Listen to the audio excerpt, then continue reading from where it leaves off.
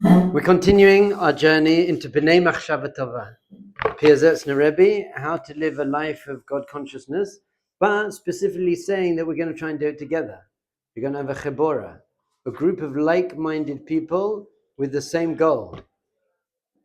Positive peer pressure.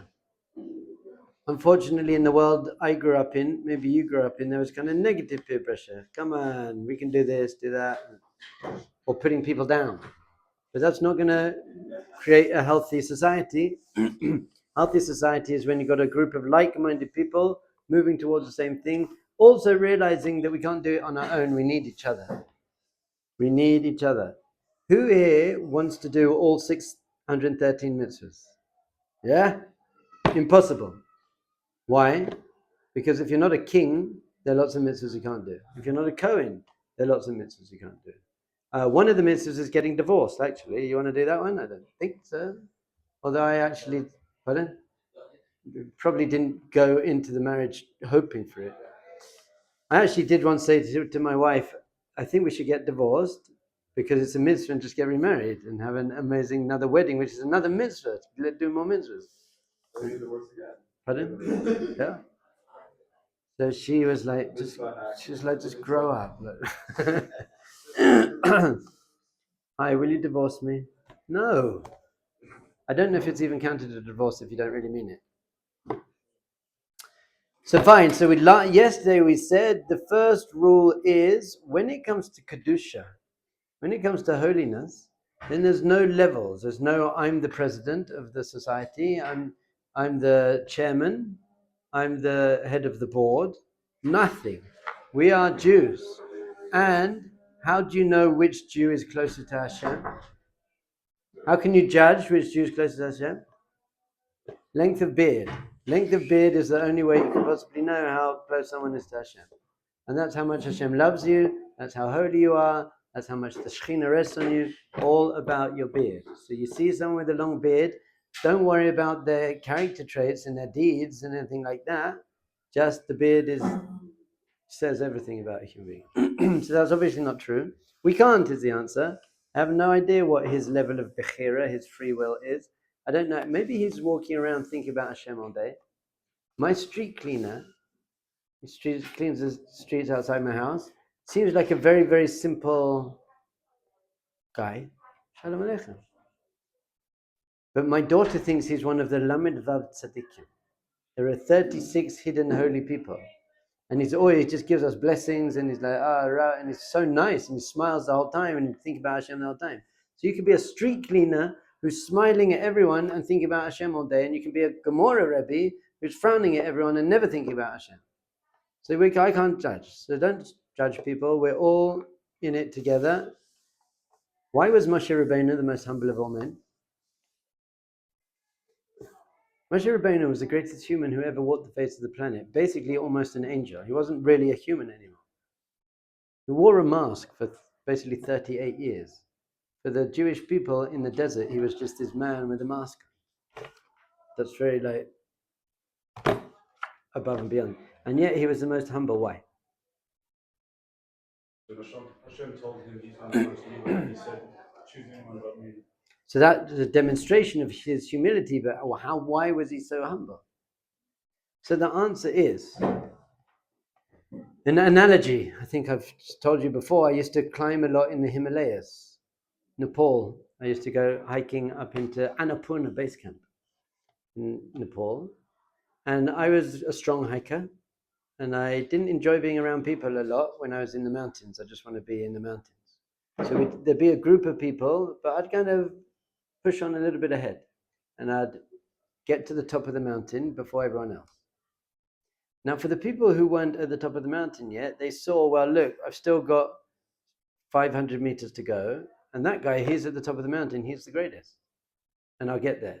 But me, from the top of that peak, could then see the whole Himalayas spreading out in front of me with much higher mountains, and I was like, because the higher you get, the more you realize how much there is to do. The closer you come to Hashem, the more you kind of start grasping Hashem's infinity. So the more humble you should become. When there was electricity just came in Bnei Brak, and the Chazan Ish, I believe, he was seen walking up to a street light and then walking back again. And he walked again up to the street light, walked back again. And someone came up to him and said, "What are you doing?" And he said, "It's funny, the closer you get to the light, the smaller your shadow is. And you walk further away, your shadow gets bigger. So the closer you get to Hashem, the smaller your ego is. You have more humility. But if you're far from Hashem and you just think, I'm so great, and you've got this big shadow on you, then you think you're so great, or there's not so much further to go."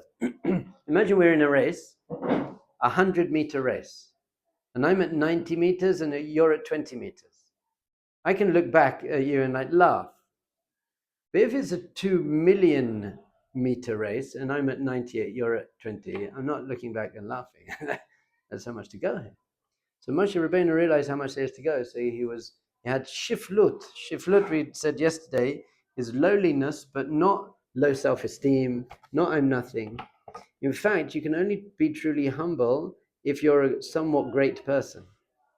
If you're not a somewhat great person, then your humility is false, because humility means even though, Baruch Hashem, I'm achieving a lot, there's so much more to do, maybe other people are doing better than me. So you have to be somewhat great in order to be truly humble. As we said, that's why the Torah was given on Mount Sinai. Why was the Torah given on Mount Sinai? Because it's the smallest mountain. Smallest mountain, the most humble mountain. But if humility is the prerequisite to receive truth, to receive the Torah should have been given in a valley. That's the most humble. But our sages teach us, no, you have to have some sense of self. You have to be a mountain. You have to have a sense of self in order to be able to receive. So now we're going on. Odbet. V'chein anu matnim b'tanai kuful שלא תגרום חס ושלום חברתנו שום התגבלות עצמית בפירוד שער ישראל שהם בחברתנו. A very major part of our inner circle is that we have this very strong condition that we were not going to have any boundaries and separations from the rest of the Jewish people. Very, very important. Once people start becoming more holy or tapping in more, it's easy to kind of separate yourself from someone else. So you know what, I'm on this level, you're on this level, and I'm better than you, and I'm looking down on you, I'm judging you. He says, not only within our crew of inner circle, higher level human beings, are we not going to have titles and accolades, but even within our crew, we're not going to then separate ourselves from the others and say, you know what, we're better than them now. Reformed Jews, they're not really Jewish. Conservative, that's not healthy.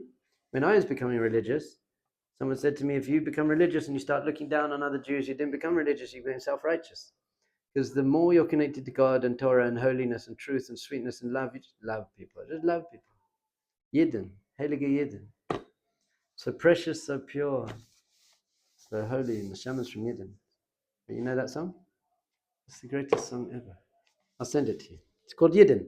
Go to YouTube. Not that you have YouTube, but find someone who has YouTube and put in Yidden and listen to that song. It's a game changer. You just love every Jew. Fine. So we don't want to separate ourselves.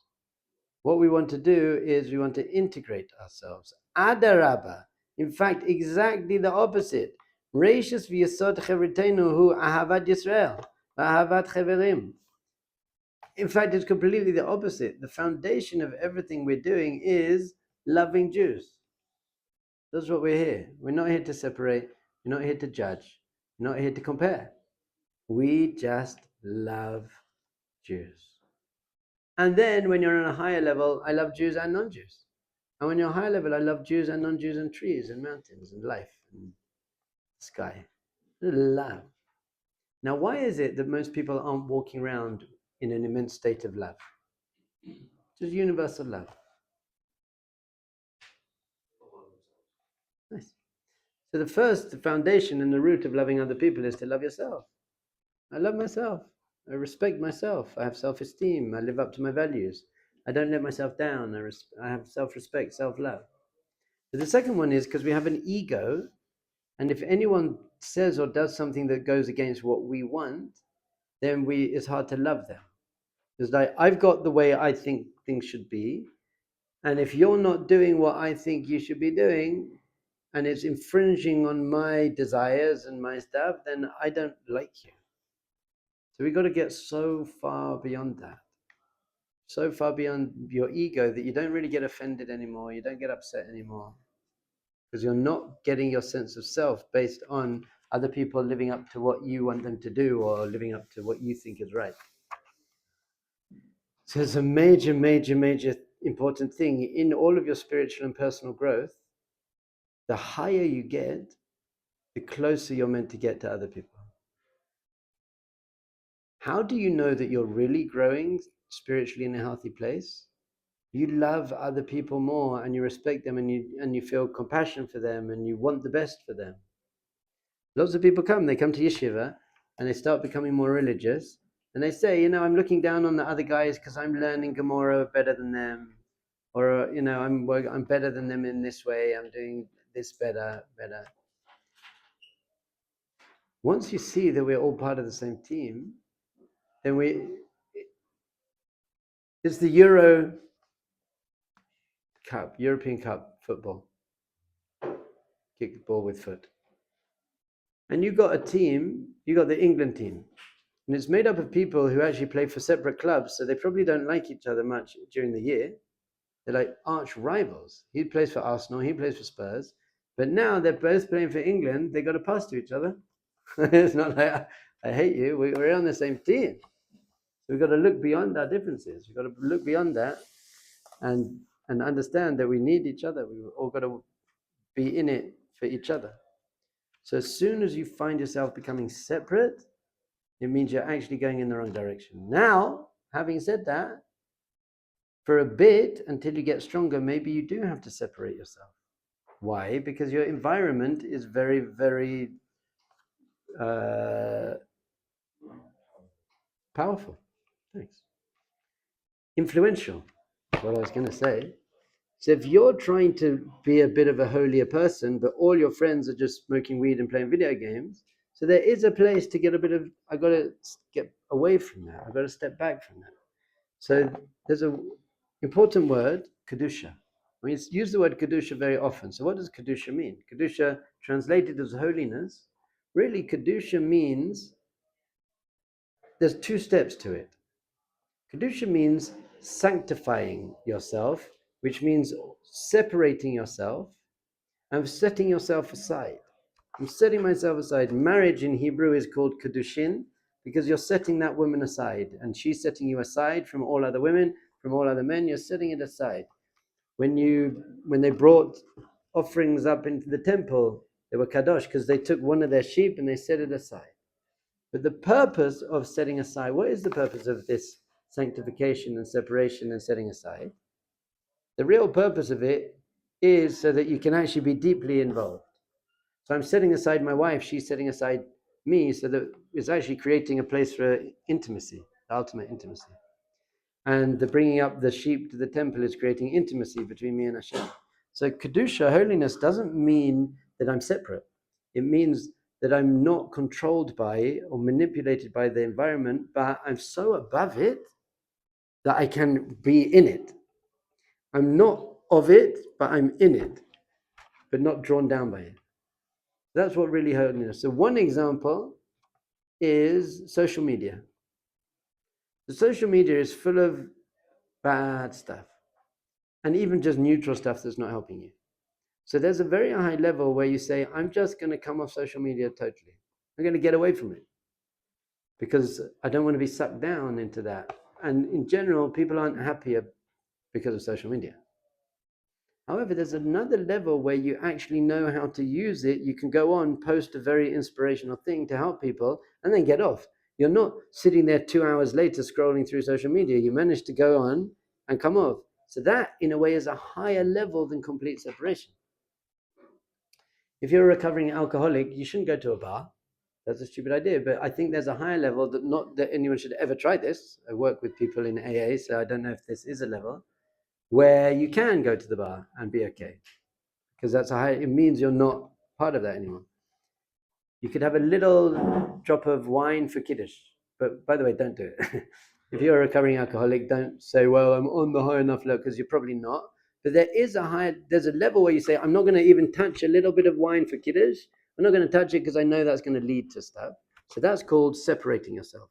That's very great.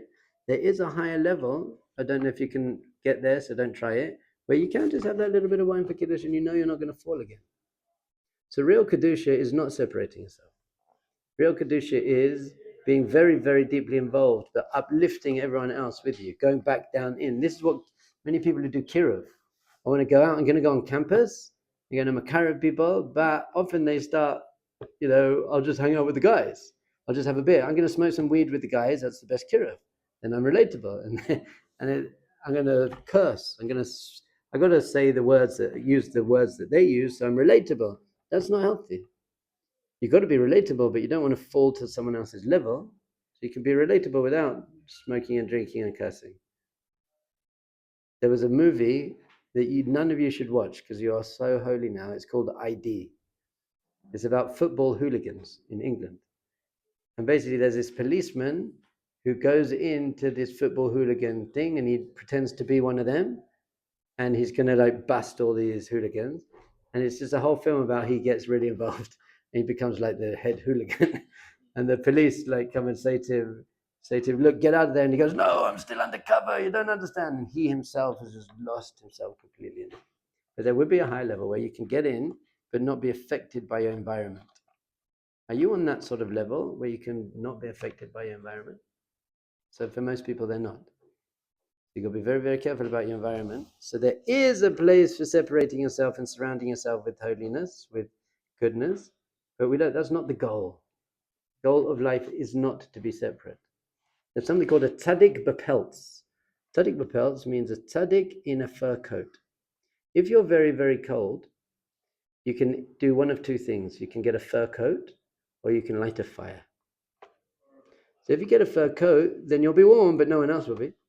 If you light a fire, then you'll be warm and other people will be warm. Maybe you'll be a little bit less warm than you would have been in your fur coat, but everyone else would be warm too. So often a very high level is to give up some of your spirituality in order to help other people. Not then become depraved like them, but I'm going to give up needing it to go my way. And the example I usually use, and thank God it hasn't happened often, is I think it's very important to go to the mikveh on Friday before Shabbat. If your wife needs you to clean the floor and the guests are coming and the kids are crying, you can't be like, well, the Arizal says I have to go to the mikveh and these are my kavanas and how can I make kiddush without going to the mikveh? Hashem wouldn't want that mikveh. Hashem says, I'd rather you clean the floor and help your wife. You got to let go of some of your spirituality to be there for other people. That's the highest spirituality there is. Yeah, do you have a question? I was going to ask for an example. There's an example. How about this? Spoke to a guy and he said, I've never missed marriage with a minyan. Been married for 10 years, never missed marriage. I said to him, I think that's great, but I've missed marriage with a minyan about 3 times. It's because we had 2 children and that one was crying and this one was, and I just couldn't leave my wife at that point and she was exhausted. But I knew that if I didn't go to the minyan now, then there wasn't another minyan. So I had to choose daven mariv in a minyan or miss mariv, but help my wife with the kids and daven on my own later. And I'm very, very strong on my minyanim. I don't miss minyanim. But I felt at that point it was the right thing. And I think that's what God wanted from me. Now then you can abuse this and never go to a minyan and say, well, I'll give up my spirituality for other people. I'll never go to a minyan. That's also not real.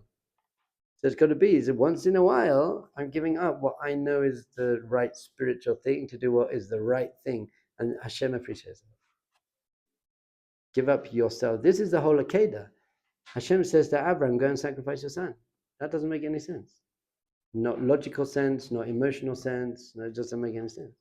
Hashem is saying you have to give up what you think is right sometimes for what God says is right. And that's much, much holier. And I had a great marriage after that. I got the key to the shul as well, so I went and davened in the shul.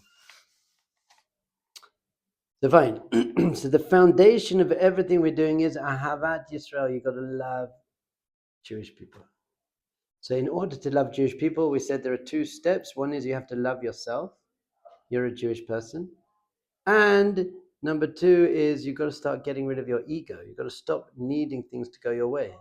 Just let go of having needs. Let someone else have the seat. Let someone else have the space. Let someone else have the schnitzel. Let someone else have it. Yeah. So that logic, if everyone is like that, You'd have at such a some beautiful point, you're society. gonna be the person that gets to go and see, right? Lovely. Oh, lovely. 100%. If everyone's taking care of their responsibilities, then everyone gets their rights. If everyone's walking around saying, well, it's my right, then you start fighting. That's not a healthy society. Everyone thinks to themselves, what can I do for someone else? When you get married, you and your wife, a relationship is like a bank account. So if you have a bank account and everyone's taking out of the bank account, no one's putting into it, then you have no bank account. If you have a marriage and a relationship, everyone's taking what's in it for me, and you're not living up to your responsibilities, and you're meant to make me breakfast, and you're meant to bring in the money, and you're good, and it's your turn to change the kids, and it's your turn. That's just not a relationship. Our relationship is what can I do? How can I invest in the relationship? Now, the more you invest in the relationship, the more both people benefit. The more you invest in your bank account, there's more money for you together as individuals and as a couple to use. So we said the basic level of Ahavat Yisrael is don't do to others what you wouldn't want done to yourself. Don't say not nice things to people. By the way, I think this is the key to many things in life. Stop saying not nice things. Having bad thoughts is very, very difficult to control. But not saying not nice things, I think you can actually do that. And notice when you're about to say something and just stop yourself. And everyone else around you is roasting, putting people down, just step back. One of the base midrash guys came up to me last week and said, you know, Aaron Cohen, everyone loved Aaron Cohen. Even more than Moshe Rabbeinu. Everyone loved Aaron because he was always about peace and love and spreading joy and peace. They said, how do I get people, and I think he wasn't saying it in an egotistical way, he said, how do I get people to look at me like they look at Aaron Cohen? Like, how do I be that sort of person? And I said, the first thing is you can never say not nice things about people. Because if people feel that you are going to say something not nice about them, then they're not comfortable, or they have to think, how am I going to get him back? And this is a very, very, very healthy atmosphere here. I know for a fact that none of my colleagues are ever saying something not nice about me. And I also know for a fact that if they have a problem with me, then they'll talk to me about it. They're not going to talk to someone else about it. They'll sit down and say, hey, I didn't appreciate the way you did that. But I don't have to be worried that Rabbi Eid and Rabbi Elsant are sitting in the staff room saying bad things about me, because they're just not. Because there's nothing bad to say about me. Because they wouldn't, because they talk to me if they got something wrong, to say something wrong. So the first thing is, don't do to others what you wouldn't want to do done to yourself. And the second thing is kind of the opposite, which is want for others what you want for yourself. Don't do to others what you wouldn't want for yourself. Don't be happy if something happens to someone else that you wouldn't want to happen to you. Sometimes you're like, he deserved that. And on the other hand, I want what I want for you, what I want for myself. And we did a whole course on Ahavat Yisrael. We're saying ultimately it's because we want family. So your victory and your success is part of my victory and my success. We're a team together. It's not like in the Euro Championships, someone who plays for Spurs scores a goal and then the Arsenal defender is like, damn. He's like, great. Your success is my success. When they're playing against each other, it's the opposite. But when they're playing on the same team, I want you to score loads of goals.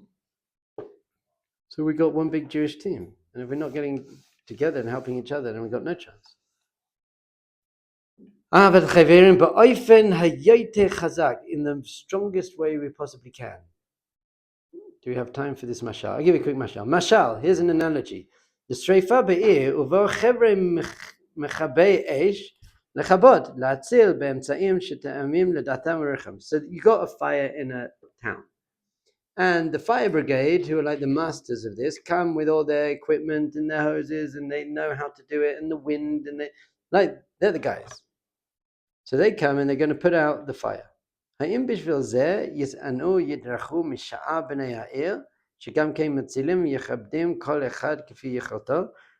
going to put themselves above and like be not nice to the other people who want to come and help. I also want to help. No, we're the masters. You just leave us alone. We're the masters. So too, we have a Jewish project. We have a Jewish mission, and we need us all to be part of the mission.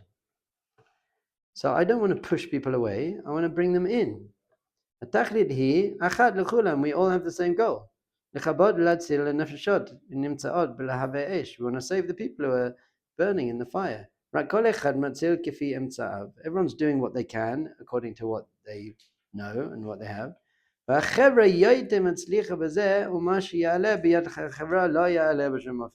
But yes, there are the experts.